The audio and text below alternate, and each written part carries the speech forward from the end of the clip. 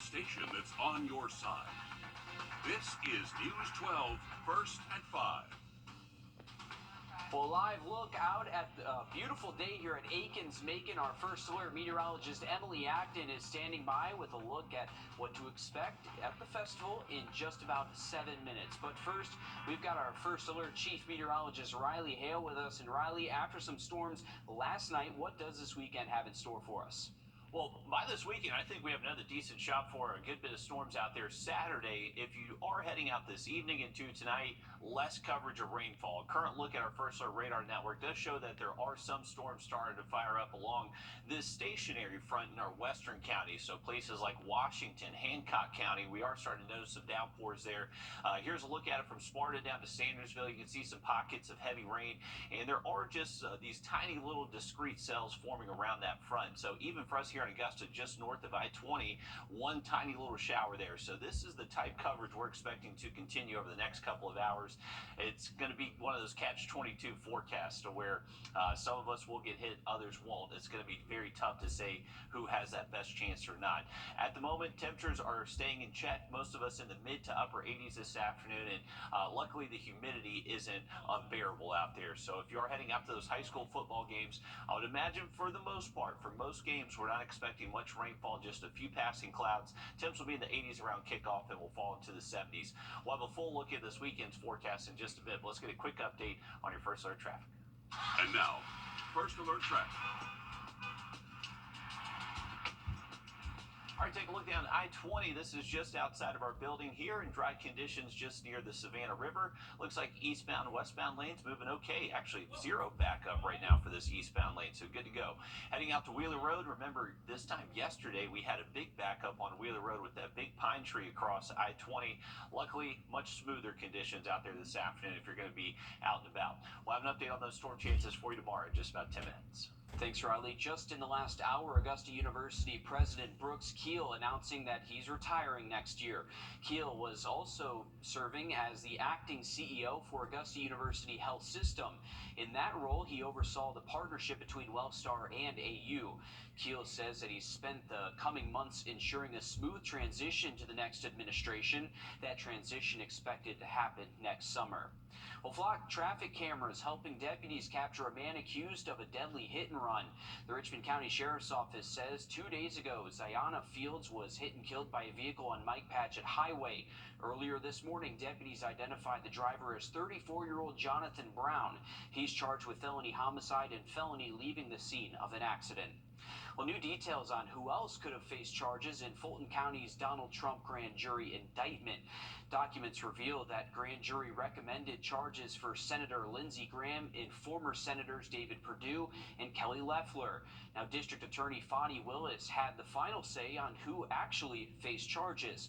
Trump and 18 co-defendants were all charged. Senator Lindsey Graham spoke today maintaining he is innocent, saying this is over for him. Now, in Charleston, a man is dead after a car chase that ended in the suspect firing at deputies. This happening at around 11:30 this morning and still causing traffic issues as we speak.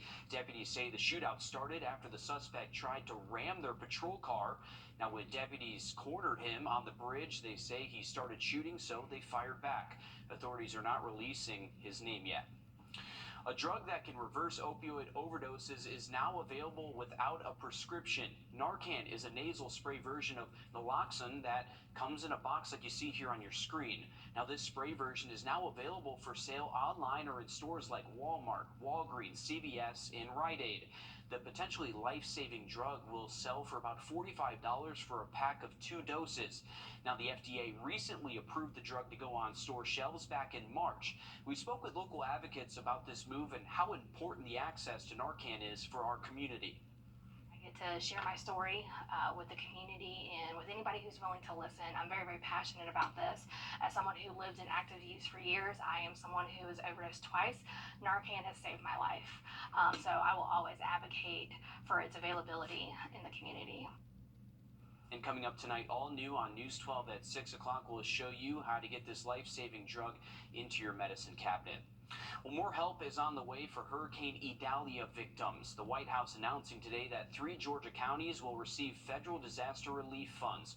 Lowndes, Cook, and Glynn counties will get federal grant relief funds that will help cover property losses, temporary housing, and home repairs.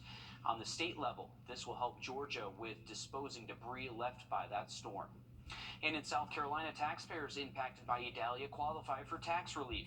You now have until February 15th of next year to file federal tax returns and pay taxes instead of next month's October 16th deadline. For more information, you can go to the IRS's website. Well, school safety, healthcare, and affordable childcare, these are all among the concerns South Carolinians are bringing to a group of lawmakers and state agency leaders who have the power to do something about them. Our State House reporter Mary Green explains how you can add your feedback and ideas. Every fall, a group known as the Joint Citizens and Legislative Committee on Children, or the Children's Committee, travels across South Carolina to hear ideas on how to improve the state for its children and families.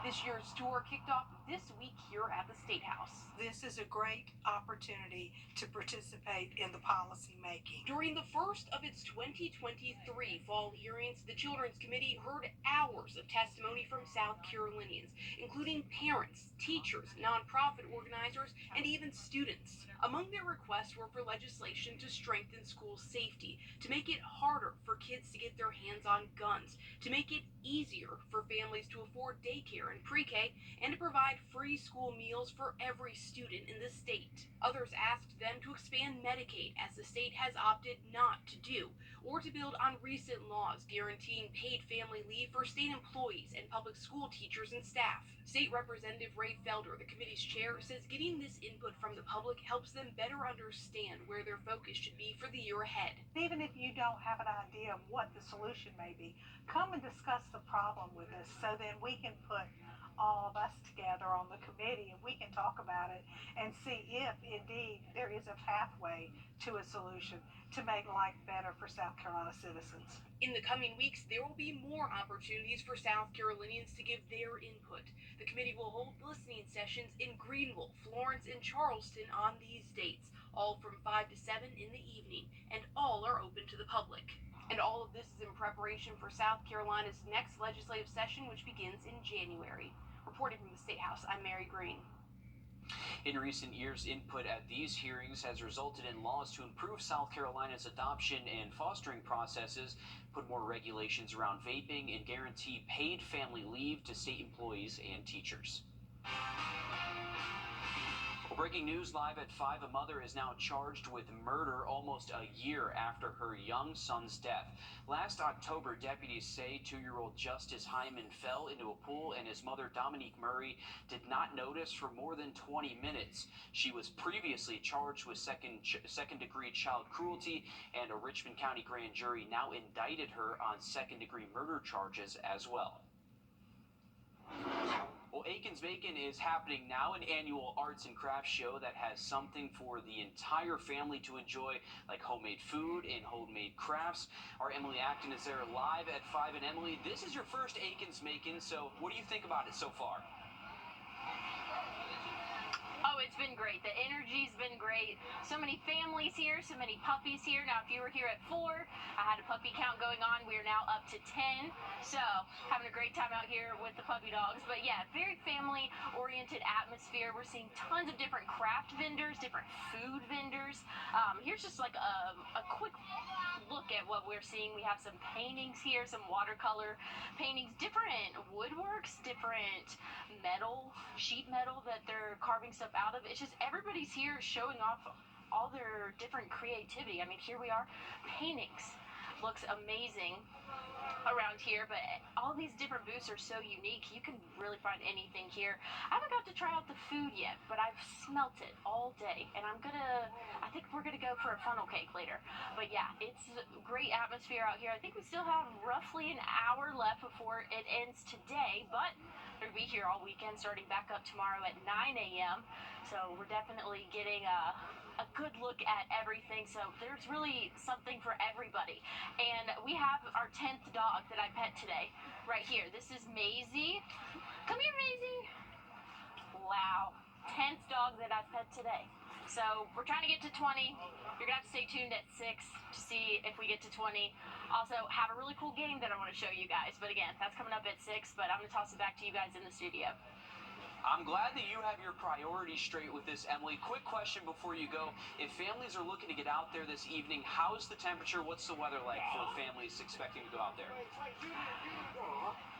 It's definitely cooled down, I can tell you that. We saw a little bit of cloud cover the last hour or so, and so whenever we're in the shade, it's great. Yeah, Not having any issues there. Now in the sun, it's a little bit toasty. Yeah, you found the shade the past hour. I've seen that.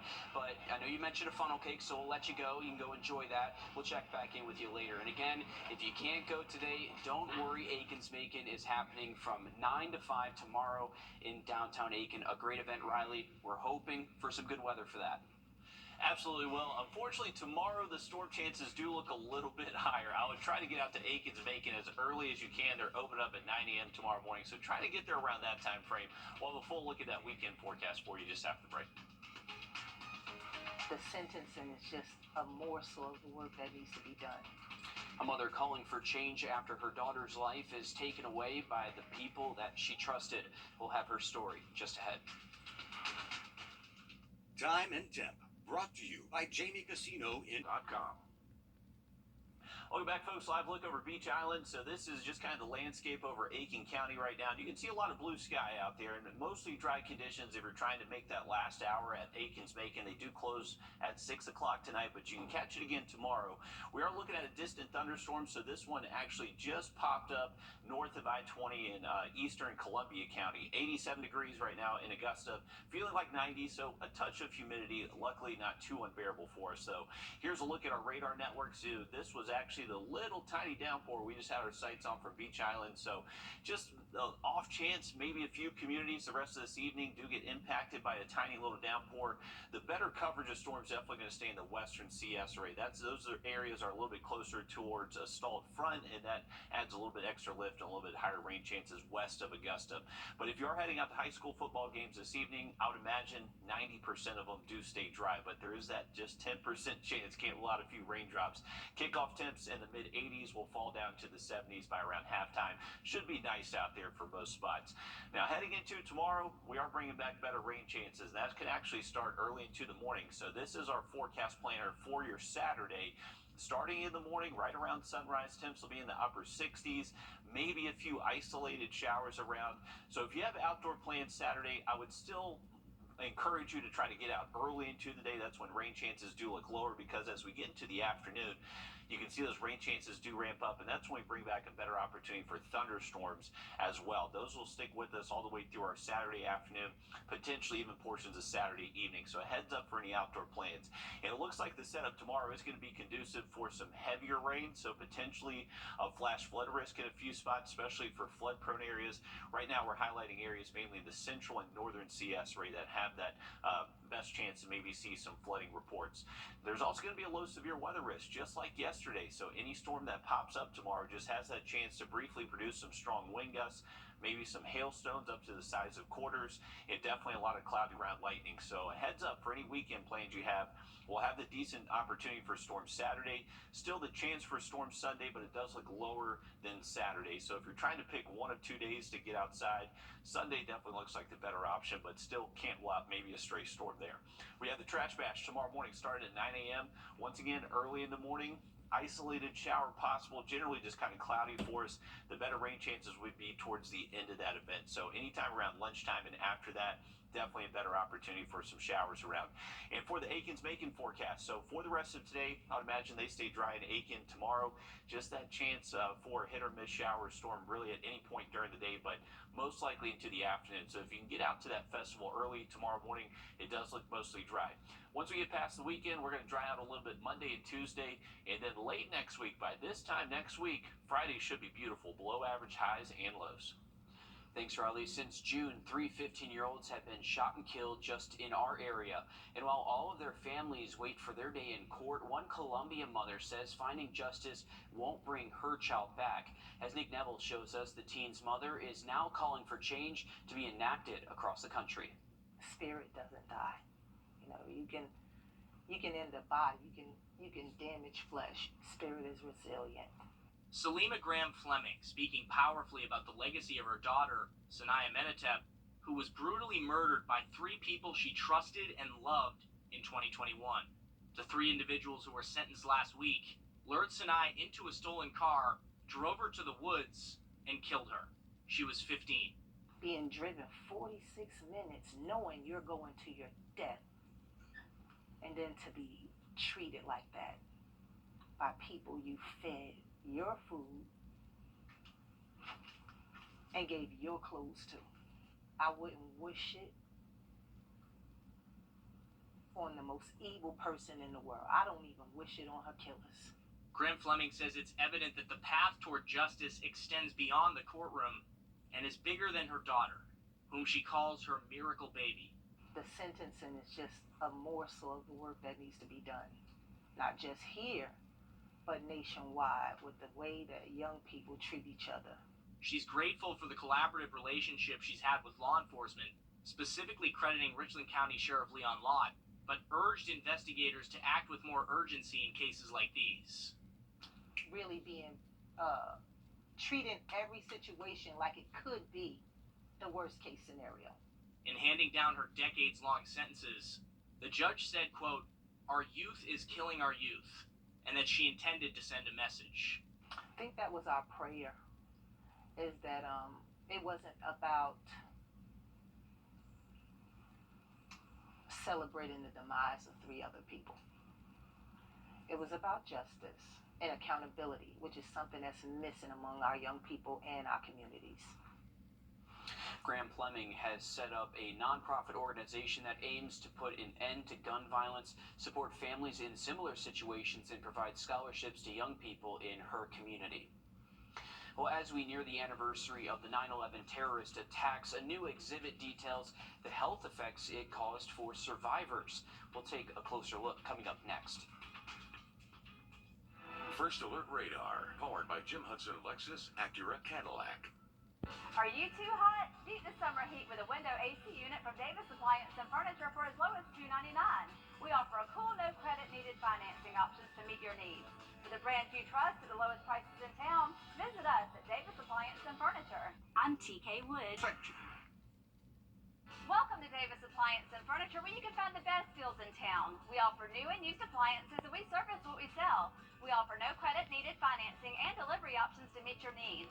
For the top brands at the lowest prices in town, visit us at Davis Appliance and Furniture. More than 20 years after 9/11, thousands continue to be diagnosed with physical and mental health conditions as a result of their exposure to dust, smoke, debris, and the traumatic events. Zach Summers shows us how the CDC in Atlanta is continuing to fight for those affected. He was just 35. For weeks, Anthony Gardner and his family held out hope his older brother Harvey survived the attacks on September 11, 2001. You have a second plane into the other tower. The tower of the Trade Center major fire. Harvey said that they were trapped in their offices, but they were trying to figure a way out. Harvey worked on the 83rd floor of the North Tower of the World Trade Center. He never made it out. Anthony needed something to fill the void. It never goes away. It's always there. You just sort of learn to live a new life and try to bring as much good. That good in recent years has been with the World Trade Center Health Program. The work now on display at the CDC Museum with a new exhibit titled The Health Effects of 9/11. We provide the medical care and treatment for 9/11 responders and survivors. 22 years after the attacks, nearly 80,000 people have physical and mental health conditions linked to their exposure to dust, smoke, debris, and the traumatic events of that day. More than 900 of those survivors and responders called Georgia home. 9/11 isn't a static event. There's still people that are impacted by it. There's still people that are sick.